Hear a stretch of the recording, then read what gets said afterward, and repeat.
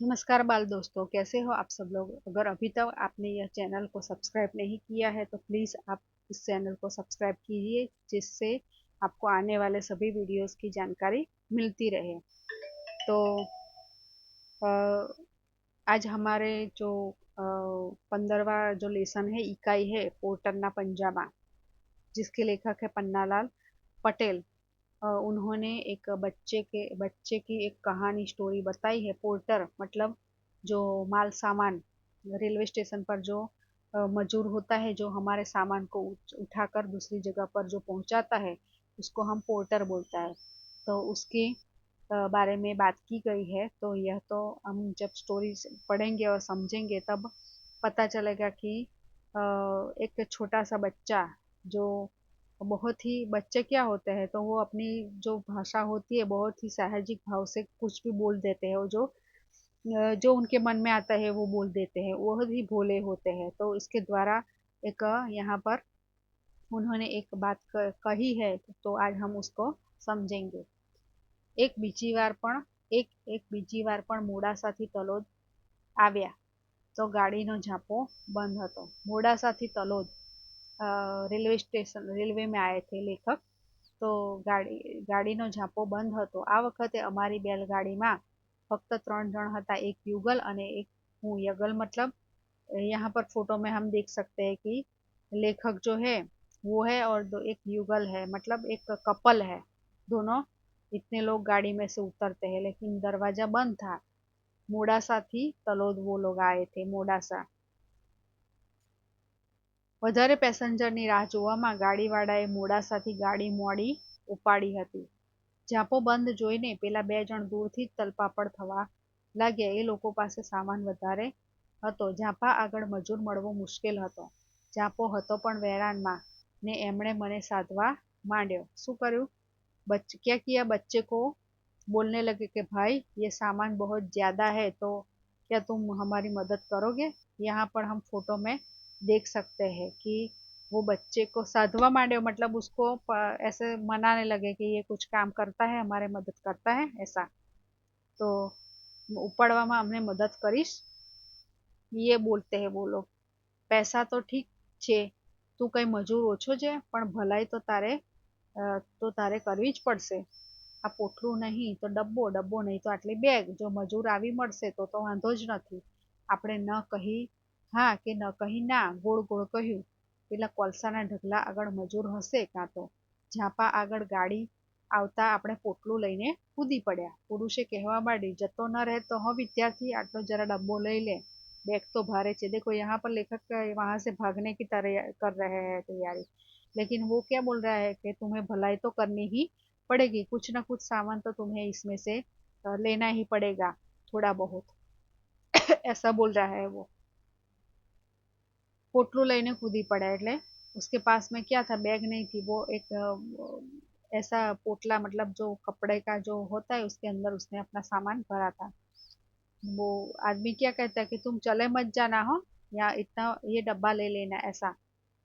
ગાડીવાળાએ પણ મને ભલામણ કરી, લઈ લે ભલાઈનું કામ છે, રાજી બી કરશે તને। એટલે आज हम देखते हैं कि छोटे बच्चे को देखकर लोग क्या कराते हैं, उनसे काम करवाने का इरादा रखते हैं। तो वो गाड़ी वाला भी बोलता है कि भगवान भलाई का काम है, राजी भी करसे तने। राजी भी એટલે तुमको कुछ देंगे और तुम्हें राजी करेंगे, खुश करेंगे। ने આપણે પછી એક પગ ભલાઈમાં ને બીજો પગ પૈસામાં तार ओढ़ंगी डब्बो माथे मुकता चाल्या। क्या हुआ, तो उसको लगा कि राजी भी कर से मतलब वो मुझे कुछ देगा। ऐसा सुनकर वो डब्बा उसके सिर पर रख गया और चलने लगा। ગાડીની સીટી અમને પાછળથી ધકેલતી હતી। માંડ માંડ ગાડી સાથે સ્ટેશન પહોંચ્યા। જુવાનભાઈ સામાન નીચે મૂકતા અને ટિકિટ લેવા ઉપડ્યા। જતા જતા પત્નીને કહેતા, બેસી જા, તું સામાન લઈને। મને પણ એણે ભલામણ કરી, સામાન મૂકવા લાગજે દોસ્ત, જતો ન રહેતો, ઊભો રહેજે। સામાન ડબ્બામાં મુકાવીને આપણે જરા હવા ખાતા બારણામાં ઊભા રહ્યા। કાન તો જોકે ગાર્ડની સીટી પર જ હતા। પેલા ભાઈ ટિકિટ લઈને આવ્યા ને આપણે પછી ખભે ભરાવેલી પોટલી ઉપર હાથ રાખી કૂદી પડ્યા। મને કહે છે, ले दोस्त चा पीजे। मैं કહ્યું, હું ચા નથી पीतो। देखो यहाँ पर क्या हुआ, तो सामान रखकर वो चलने लगा। लेकिन उसने क्या किया कि चाय पीनी है तुम्हें? तो उसने क्या कहा, मैं चाय नहीं पीता। अरे चवाणू ले ले, मारे गाड़ी उपड़े छे। उनको जाने की जल्दी थी, तो वो क्या बोल रहा है कि ये चवाणा मतलब जो नमकीन है वो तुम खा लो, क्योंकि उसने उसका डब्बा उठाकर सामान उसका उठाया था। तो છતાંય માથું તો બિચારું નાના કરતું હતું, પણ હાથ કંબક્ત બંધાઈ ગયો. એક આનો ખિસ્સામાં મૂકી ગાર્ડની સીટી ઉપર ફરફર થતી લીલી ઝંડી જોવા લાગ્યો. ગાડી સીટી વગાડીને છૂક છૂક કરી એ ચાલવા લાગી. સીટી હજી વાગતી હતી. કોઈ કોઈ માણસો ગાડીમાં જતા સંબંધીઓને હાથ હલાવતા હતા. આપણે પણ ગાડીને હાથ હલાવતા આવજે આવજે કરવા લાગ્યા. એ ગઈ એ સિગ્નલ નીકળી એ ત્યાં તો પાછળથી અવાજ આવ્યો, લાવ છોકરા ટિકિટ.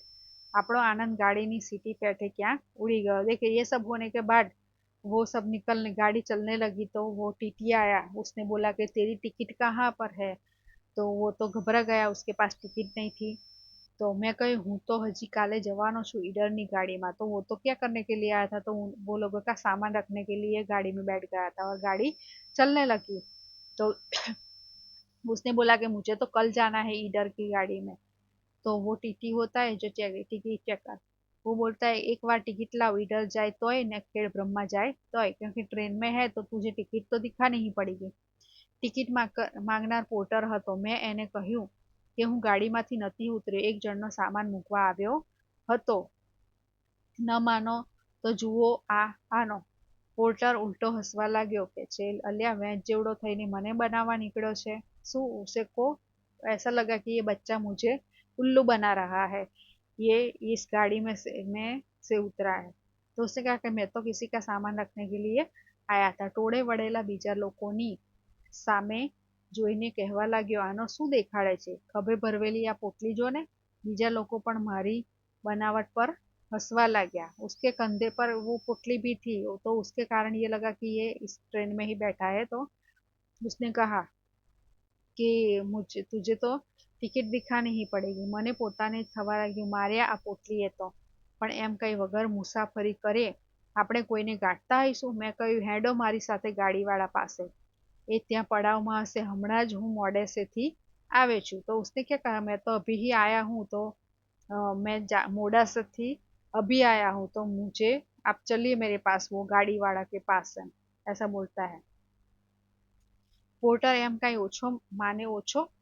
पोर्टर को ऐसा लगता है कि वो इसी में मुसाफरी कर रहा है। तो पोर्टर एम कहीं माने ओछो ने મને ઓફિસમાં લઈ ગયો, વાઘનો શિકાર કરી લાવ્યો હોય એ રીતે। સ્ટેશન માસ્તર આગળ મને ખડો કરી કહેવા લાગ્યો, સાહેબ આ છોકરા પાસે ટિકિટ નથી, वो टिकट नहीं है इसके पास। સ્ટેશન માસ્તરે આંખ કાઢીને મને પૂછ્યું, ક્યાંથી આવે છે? મેં કહ્યું મોડાસાથી। પેલું ટોળું ઓફિસના બારણા આગળ ઠઠ વળ્યું હતું, એમાંથી એક બે હસી પડ્યા। એકે મને સલાહ આપી, અલ્યા છોકરા સાચું બોલી જા, સાહેબ માફ કરી દેશે, તું હવે ઢીલો પડતો આવતો હતો। ટોળા તરફ જોઈને મેં કહ્યું, ભગવાનના સોગન હું જુઠ્ઠું બોલતું હોઉં તો? ટોળામાંથી બે ત્રણ અવાજ આવ્યા, અલ્યા આવડો છે ને ભગવાનને વેચી ખાધો? મેં તને ગાડીમાંથી ઠેકડો ભરતો મારી સગી આંખે જોયો છે ને? બીજો કહે છે, મેં પણ એને આવજો આવજો કહેતા જોયો छे। देखो यहाँ पर बहुत ही ऐसा सीन क्रिएट हो गया कि इसको ऐसा लगा कि ये गाड़ी में से ही आया है, तो उसको टिकट तो दिखानी ही पड़ेगी। लेकिन ये हकीकत में ऐसी बात नहीं है, वो तो उन लोगों का सामान रखने के लिए गया था। હું તો ગાડીને આવજે આવજે સ્ટેશન માસ્તર સાથે આખું ટોળું એવું હસી પડ્યું। डब डब करता मारी आंखમાંથી आंसू पड़वा लगे, डुस्का पण भरवा लाग्यो। ऐसी परिस्थिति में कोई भी बच्चा हो तो ऐसा सहज हो जाता है, क्योंकि वह सच बोल रहा था और स्टेशन मास्टर उसकी बात को झूठी मान रहे थे। तो स्टेशन मास्टर ने दया આવી, મને પીઠે હાથ ફેરવતા કહે છે, સાચું બોલી જા, ક્યાંથી ગાડીમાં બેઠો છે હતો? સાચું બોલીશ તો છોડી દઈશ। उसका भरता भरता मैं કહ્યું, સાહેબ સાચું જ બોલું છું, હું મોડાસેથી।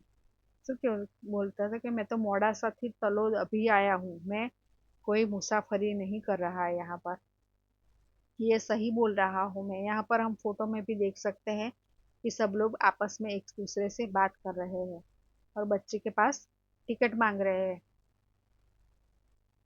ટોળામાંથી કોઈ બોલ્યું, સાચું બોલતા શું ચૂકાવે છે? ટોળામાંથી કોઈ બોલ્યું, સાચું બોલતા શું ચૂકાવે છે? સ્ટેશન માસ્ટર પણ તીખા થયા। કહે છે, જ્યાં સુધી તું સાચું નહીં બોલે ત્યાં સુધી નહીં છોડું. પોર્ટરને હુકમ કર્યો, બેસાડી રાખો એને પેલા ખૂણામાં. ઉમેર્યું, છતાંય જો સાચી વાત नहीं करे तो पुलिस ना हवाले करवो पड़से. देखो पुलिस तक बात पहुंच गई, लेकिन यहाँ पर हमने शुरुआत से देखा था कि उसने वो गाड़ी में नहीं बैठा था, बल्कि वो दोनों कपल थे, युगल थे, उनका सामान रखने के लिए गाड़ी में गया था. चाल छोकरा, पोर्टरे मारा खभो पकड़ो. पोर्टर जो सबसे पहले जिसने पकड़ा था उसको, बच्चे को, उसने कंधे पर से उसे पकड़ा.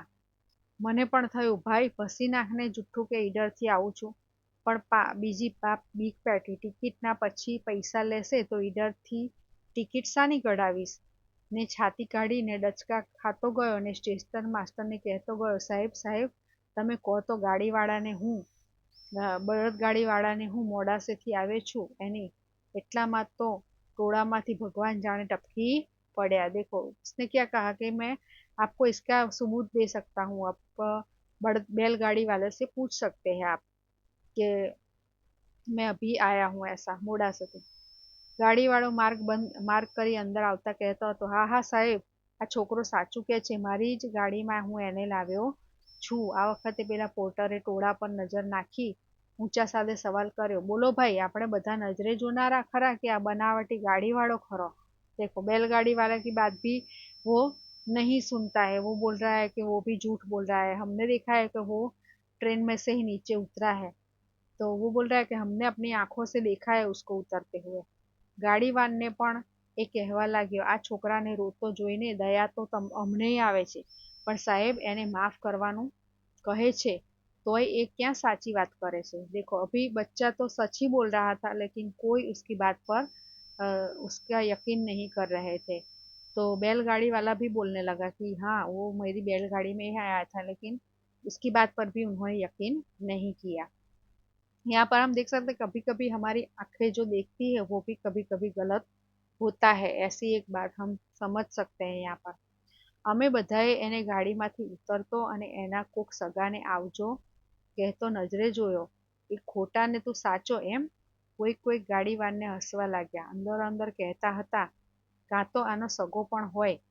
માસ્તર અને ટોળું કદાચ ગાડીવાળાનોય ઉધડો લેત. પણ એટલામાં બીજા ભગવાન ટપકી આવ્યા. જે વીસીમાં હું દર વખતે ઉતરતો હતો એ સજ્જન ટોળા વચ્ચે માર્ગ કરી અંદર આવતા બોલી પડ્યા, હા ખરી વાત છે હો, એ જ વિદ્યાર્થી છે. ગાડી આવી એ વખતે ચાની કીટલી ફેરવતા એક નોકરે વીસી ઉપર જઈને એમને મારા પકડાયાની વાત કરી હતી. એટલે એક बैलगाड़ी वाला तो आया, तो बाद में दूसरा जो व्यक्ति है वो भी आया, चाय की किटली वाला जो नौकर था वो. એમનું નામ હું ભૂલી ગયો છું. એ એક ઉમદા સ્વભાવના માણસ હતા. બાવાજીને લીધે એ પણ મને દીકરા જેવો ચાહતા હતા. મારી પાસેથી કદી એ રહેવા જમવાના પૈસા લેતા નહોતા. ચાની મને ટેવ નહોતી તો પણ એ મને ચા પાતા અને નાસ્તો કરાવતા.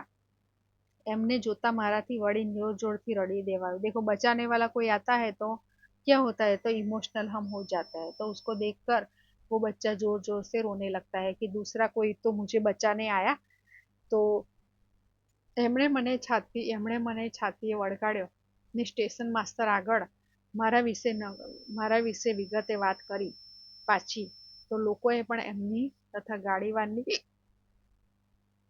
તથા ગાડીવાનની વાત સૌએ स्वीकारी लीधी.